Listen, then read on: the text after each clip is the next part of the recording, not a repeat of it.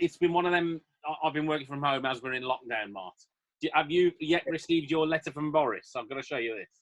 I've got to check my box outside. I think I may well have today because Mum got hers earlier on. So if this gets uploaded to YouTube in many years' time, we'll be able to look back and go, "Oh God, that's when Martin and Dave were talking, and they were locked in, and Boris has told me officially to stay at home." So yeah, we've all got to stay at home, Mark. That's it now. Yeah, because we've been doing it. So. do as the master says. And the other thing I thought we could talk about was you'd mentioned previously you wanted to do a rate thing. So I thought as a bit of a dry run. Go through a whole load of stuff. You know, the Jaws movies, Star Wars movies, break up the Marvel ones because it's too much, and then eventually have like one big special where you do an entire rating of all the MCU movies. Yeah. So what I thought, all the Batman movies, everything. What I thought would be a good dry run to begin with, and would help us to practice, is if we discussed in some detail, and I'll keep my eye on length of time. We're okay. Is we would look at the following films, and I'm sure you're going to have your. There we go. Here we go. So I'm sure you would have your opinion on these. I thought we would be good to discuss and talk about our opinions on these films. Hopefully you can see them, and I will switch them this way for viewers that are in landscape or portrait. So these are the Indiana Jones films. Other way. Oh, the Joneses. So these are the Indiana Jones films, Martin. These as well. So we're definitely going to disagree about this, as we've talked in the past. Well, I thought this would be a good thing to begin with, and I could let you understand how wrong you are on a few things. So, well, you could try. Okay, so we'll start off with what some would see as the Holy Grail. Let's start off with the first one, which is Raiders of the Lost Ark. Yeah. So, in the popular DVD format, for those that understand what these are still. So, yeah, I bought the was it though the drawn covers like a Crush back in the 90s, I think it was. Oh, on the VHS? Yeah, no. All on DVD. It was they did like artist covers and all that, all Drew Struzan style things. Yeah, like that's what these are, mate. The ones out the cardboard sleeves. Yep, that's the one. Sweet meats, yeah. Those are the ones that I had as well. Fantastic. Right. So I think we'd better begin with. I think we'd better begin with the fact that we both agree Raiders of the Lost Ark is magnificent. Is that right? We both agree that Raiders.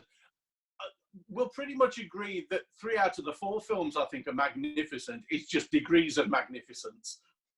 Okay. So for me, Raiders of the Lost Ark is the definitive indie film. It's got everything. It's perfect. Yeah, I can't. Filmmaking. It was perfect. Is it my favourite? That's the battle between that and Last Crusade. Okay, all right. So, and I knew this is where it would go pear-shaped in terms of whether or not you would agree, you and I would agree or not, because I think we need to segue neatly into the next part of the discussion, which is this monstrosity or Indiana Jones and the Temple of Doom. See, I really enjoyed. I do. I think it's a cracking film. It's got Short Round, who's possibly one of the best sidekicks ever, and really should be the character to get the spin-offs nowadays. Rather than Old Man Indy, I would be looking at casting somebody as Short Round instead. You could have a fantastic...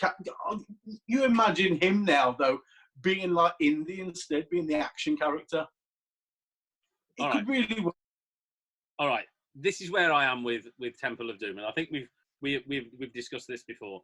Temple of Doom starts off brilliant. It's like Raiders of the Lost Ark Part 2. It's got everything. You've got Kate Capshaw, Steven Spielberg's Mrs. singing Everything Goes. You've got that wonderful opening sequence. For Star Wars. Yeah, it's a wonderful opening sequence. Cafe Obi-Wan, they go past. You've got Short Round. You've got the old Rolls Royce. It starts off brilliantly, right? I'm not going to argue. Give me the antidote, Mr. Jones. Almost. Yes, yeah. Give me the antidote, Mr. Jones.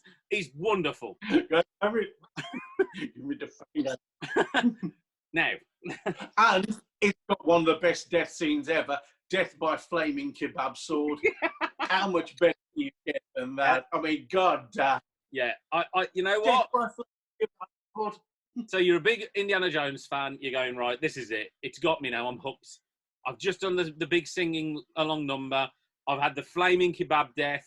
I've had chasing around. Dr. Jones is drugged. It's all happening. What the hell happens in Act 2? Well, we do get Dan Aykroyd with an English accent doing a little cameo role, taking them out to the plane. That's pretty cool. Look, even the makers, if you watch the making... Go on. Go on, I'm going to say, and then it goes extreme sports. If you watch the making of, even the makers, I think we're going, we needed to write a song. We'll do this, and it was so piecemeal, it was ridiculous. And the banquet for me gave you a big action set piece, the plane crashing over the Andes and stuff, and them going out the plane in the inflatable raft, somehow as a parachute, then landing, sledding, and then turning into a raft again in the water. Yeah. And then the sort of unconscious, woken up by the elephant and the fakir type guy. Yeah, it goes downhill fast from the Indian village onwards, and then you've got the nightmare meal. You've got to admit the meal's pretty funny. When they cut open the snake and have all the little snakes come out and the chilled monkey brains. Yeah, no, seriously, it's so and things like that. It's awful, but I think the thing that spoils it, and you've already given an indication of what ruins Indiana Jones and the Temple of Doom for me. Kalima! That's why this indie is the one that pushes most into horror. Out of all the indies, and that includes even, the first one, where they melt the face off Nazis, this actually that's quite a horror. Hammer could have done this movie, doing the old Kalima, pull the heart out of somebody. It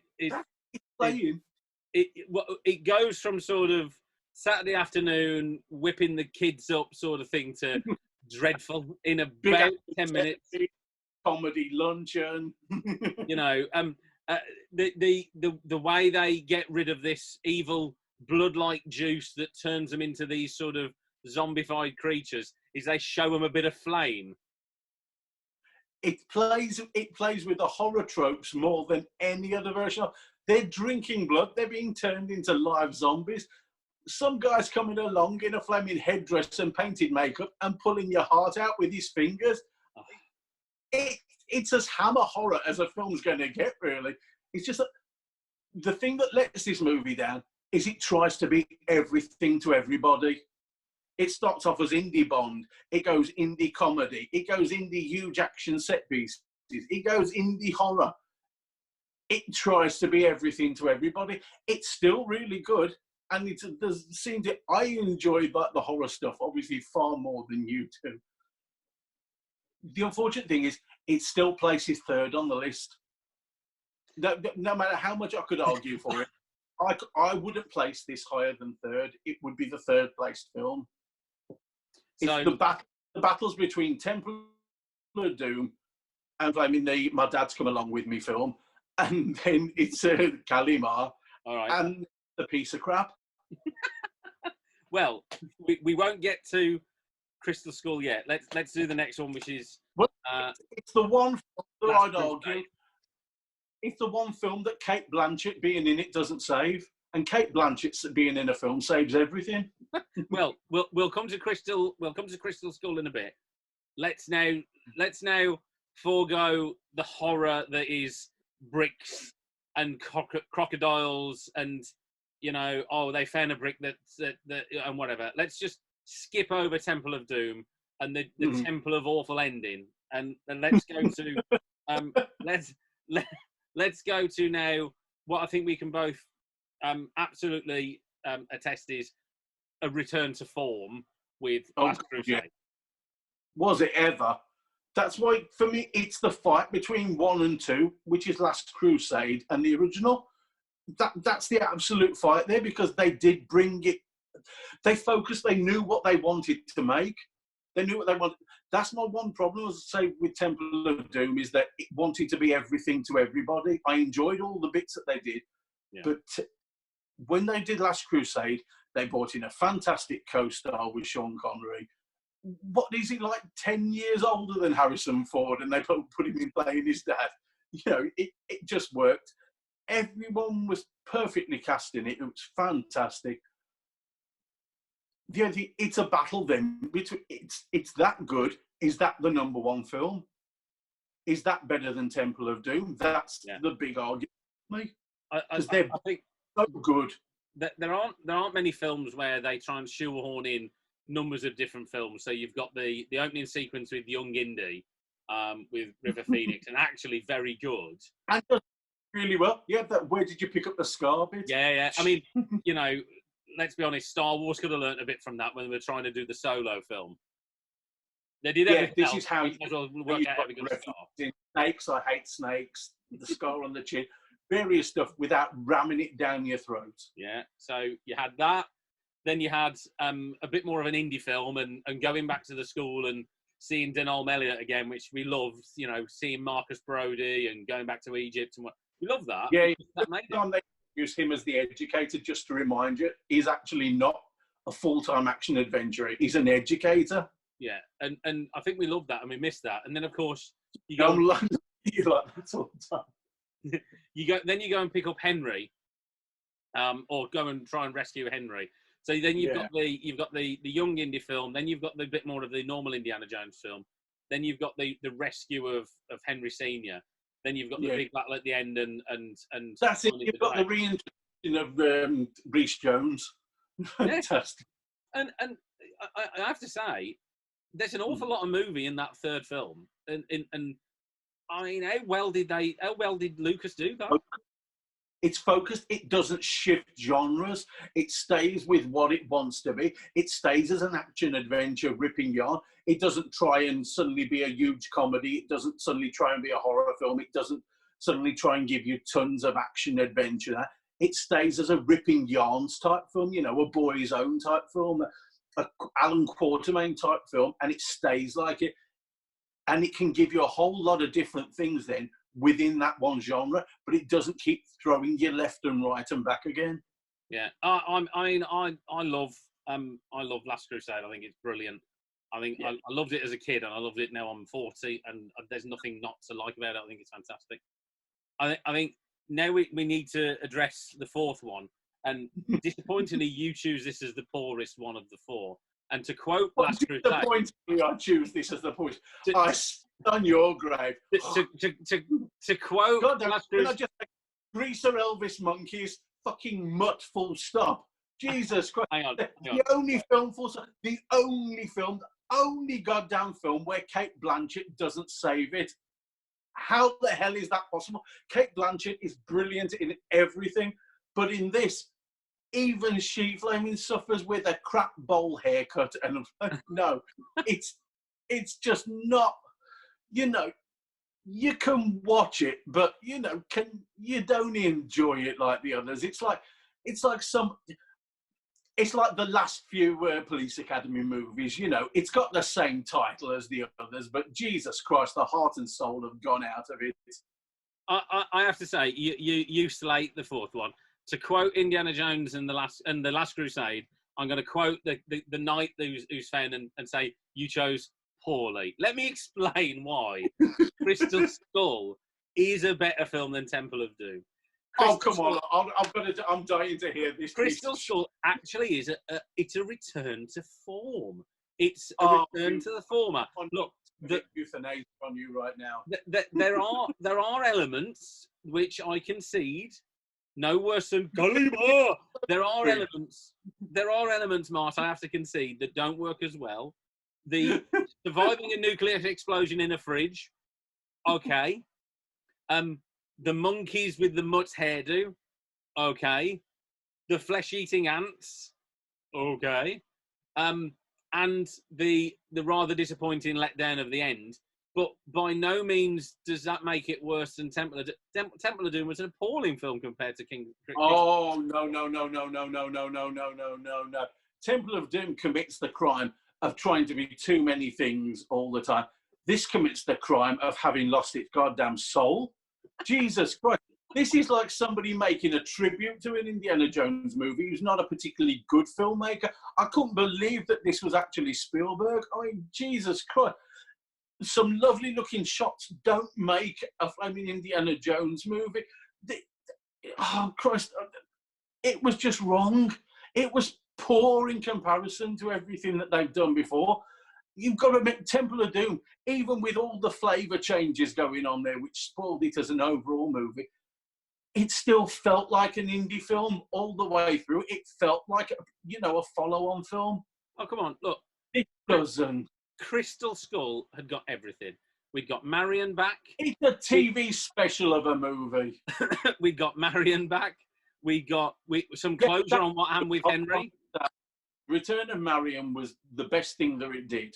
We had Marion back. We had the return. We understood. We had some conclusion what happened with Marcus Brody. Obviously, Denholm Elliott had died, and Sean Connery chose not to do it. So there's two big. It was like didn't do Wally. He's at home sipping from his wooden cup, fucking living forever now. No. Yeah. Okay, but look, we now know what happened to Henry. We know what happened to Marcus Brody. It gave us everything. We got him still being an educator. A lot more if I'd actually cared beforehand. If I'd somehow cared about it, that'd mean a lot more. All right, but how would you have felt? Oh dear me! How would you have felt about Kingdom of the Crystal Skull had Star Wars' prequels not come out and ruined your nostalgia levels? You know how much I hate the prequels, and we will do those. But the prequels don't kill me. I don't hate the prequels as much as a lot of people do. I certainly don't hate them as much as you do. It's for another time. It's for another time. We may have to do a session per film. I think we'll ease our way in with Indiana Jones, Martin. Yeah. I think for me, undeniably, for first place, there's going to be a toss-up between Raiders and Crusade. So it is. But I can't believe that you've actually got a toss-up between third and fourth. I think Temple of Doom is unarguably the third place movie. It's without a doubt the third place movie. You can't make an argument that it's as bad as The Crystal Skull. It's tough to make an argument that any movie in something that strong could be as bad as The Crystal Skull.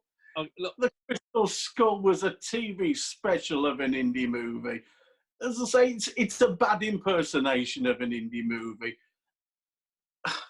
Temple of Doom is an indie movie. It's not a perfect indie movie because it tries to be too many things, but it still feels like an indie movie. I mean, look, I will concede both Temple of Doom and Kingdom of the Crystal Skull are better than what is the abomination that is Star Wars Revenge of the Sith. No, we're not talking about that right now. We're sticking to this. It's better than the abomination that is The Crystal Skull, where they try and have young son Shia LaBeouf, who's actually a good actor, but mad as a hatter, but they try and set up Shia LaBeouf to take over from it, and Shia LaBeouf is not the man to take over from it. As I say, I'll argue again, Short Round should have been the guy to actually take over. If they're going to do a younger guy again in there, you could cast a really fucking good Short Round, and it had hit all the reboot stuff that goes today. As Kevin Smith put it down, youth and diversity. It had hit you with both of those straight away. Well, look, what more did you want from Kingdom of the Crystal Skull? Ray Winston, double agent. Jones movie is what I want. Ray Winston, double agent, brilliant. John Hurt, great character. John Hurt, great character, brilliant character. John Hurt, great, yeah, fantastic. The daughter was much better. Getting her back was the best sort of thing there. Putting Shia LaBeouf in was such a big big mistake. With him come the greaser monkeys, the swinging through the trees, the Tarzan. Yeah, I'll give you that. You know, all the shit. The red ants, the army ants sort of bit. As I said, Kate Blanchett ruined in a movie. How do you manage to ruin Kate Blanchett in a movie? She's brilliant. She was hella. She's she was hella. She's fantastic. Yeah, yeah. You could put her in anything. She's wonderful. And yet this is not a good role for her. It's as I said, it's an impersonation of an Indiana Jones movie. Temple of Doom was an Indiana Jones movie. As I say, it's not a perfect Indiana Jones movie because it tries to give you too many things. It tries to give you comedy indie. It tries to give you action indie. It tries to give you horror indie. It tries all of that stuff. The best Indiana Jones movies are the ones that concentrate on being a boy's own ripping yarn sort of thing. But Kingdom of the Crystal Skull, it was a UFO movie. It just, something about it was just poor. And the fact that they actually tried to make the main character Mutt, that's always just a kick in the knack. Yeah, yeah. No, I have to concede, Mutt in particular was a low point. He was terrible. He was, and the swinging monkeys were all cold water on any hot spot that came in that movie. Yeah. And what the hot spot for me was going through the graveyards. I love that scene. Yeah. Where it's every time Mutt popped, it's fuck off. Yeah, I mean, I get that. Like I said, it is sort of like choosing which way you'd like to be murdered and your body dumped. You know, I'll go that way or other, or you know, yeah. Well, I've always chosen that. I mean, obviously, you know, sex-fueled drug death. There's no other way to go. Get the tape out. Death is more like it. Get the tape out in the quick line. No, no. Yeah, was it Pete Entwistle of The Who? Yeah. You know, high as a kite and having sex with a hooker. So, it sounds like you've got your rating, Martin. Yeah, I'm just choices 1 and 2. Yeah, I know. And very much sorted. And I think I would go. Last Crusade is number 1 for those that can see this. So, Last Crusade is number 1 of the indie film. It is great. I'm sure anybody that I'll agree on that. I think anybody that watches this may comment or send us an insulting message about my beard or the choice or the argument. But one of the few times that a sequel is at least as good, if not, because of the filmmaking involved in it and the budget that they had, they actually improved the movie and the casting and things like that. It's one of the few times that a sequel is better than the original. Yeah, I'll on that as number 1. I love Last Crusade. It's brilliant. Brilliant now. It was brilliant then. I love it. I love it. Then we have to say Raiders of the Lost Ark is fantastic. Just brilliant. So number 2 is Raiders of the Lost Ark. 1.5. Yeah. Then I'm going to concede to you. So Temple of Doom is number 3. I think it's shit, but I think it's awful. But Martin's gone for Temple of Doom. I'm sure people watching are going to agree with me that this is an abomination of a film. Kalima! And I will argue the point always. And then, it is, Kingdom of the Floater is 4th, and Mutt does ruin it. Floating in the cistern, you just can't flush it. Yeah. But Last Crusade's brilliant. That's okay. Bloody ace. Sean Connery. Fantastic. You've got Bond and Han Solo teamed up. It's fantastic stuff. It's amazing. You know. It's just one of the mix-up with, you know, While I Was Sleeping With You and the mix-up father and son. They both obviously shagged that. Fantastic stuff. It's tremendous. You can't watch Last Crusade and not enjoy it unless there's something wrong with you, or you're a fan of or you decide that you like. We know what I'm talking about. There's certain people that just enjoy a certain film because everybody else doesn't like it, or vice versa. And we know what I'm talking about. I bet he absolutely hates that. I bet he absolutely hates that. Oh, well, you know. I think it's great. It's individual choice. I would argue that on the whole, I think that we've picked the right ranking for those films as they are currently standing. You know, we're waiting for the next one to see what comes out on it. Well, the way coronavirus is going, I don't think there'll be an Indy 5. The way the studios are delaying everything. It's now 2022 at least, or 2023. In that case, then I would argue for the short round film and have Harrison then as the mentor character in the background doing his dad sort of role. But who played short round? Who would play short round now? I'd really have to think about it. The guy who was in that's it. The guy who was in the recent Hellboy. Yeah. The in that, he's fantastic. Okay. Or the English Asian guy who's recently in Gentleman. Yeah.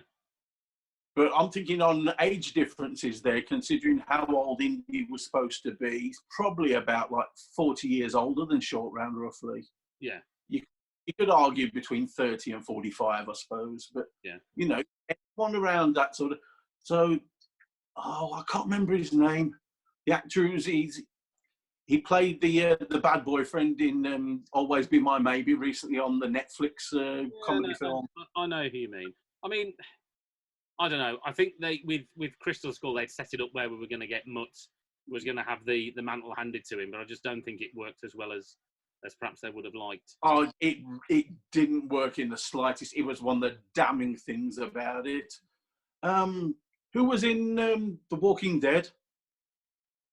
I think it's the same actor again that I'm thinking of. The guy who played Glenn. Yeah, Glenn. I'm sure there'll be people, the few people who watch us. Especially for Jamie's wife, Kate, Glenn. I'm sure there'll be a few people watching this going, what? I know who it is.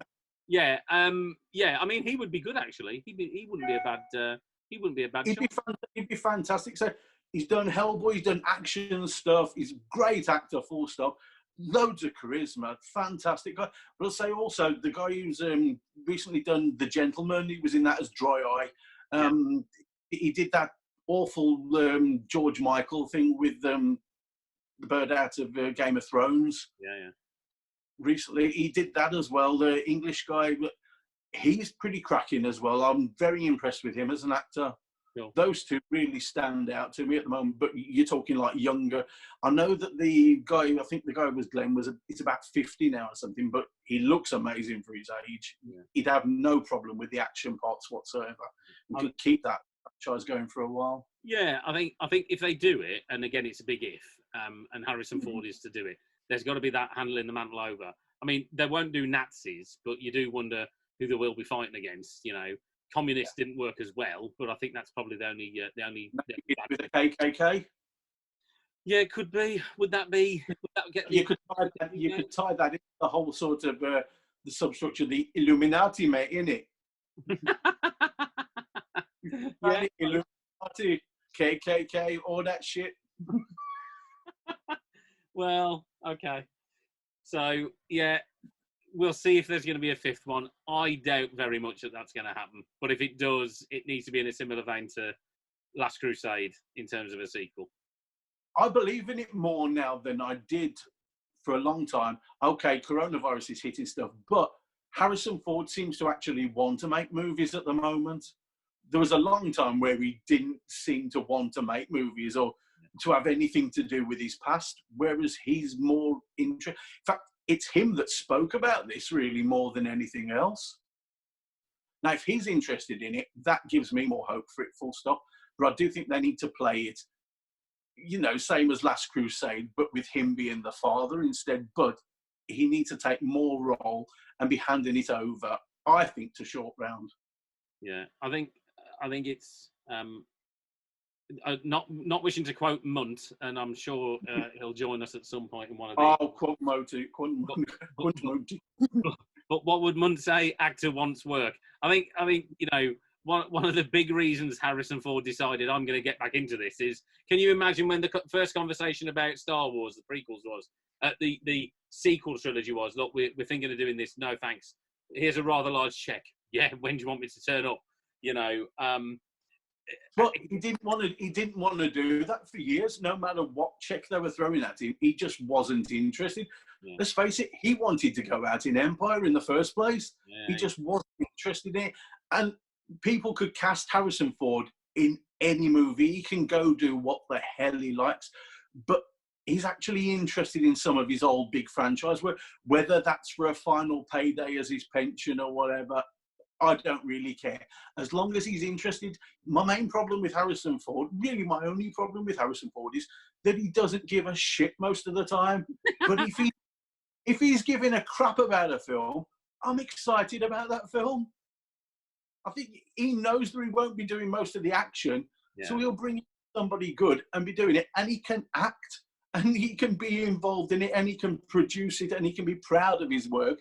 And that excites me about him doing a movie again. Yeah. I think sadly, the only thing that's going against him is old father time, I'm afraid. That might be the thing that ultimately stops him being able to do what he thinks he can still do. Yeah, it might be the thing that stops us really with this as well, because we're running out. Yeah, I think on that note, we may stop the record and I can edit it. But thank you, Martin, for getting this set up. And, fuck you. He likes things. Fuck you, I like stuff.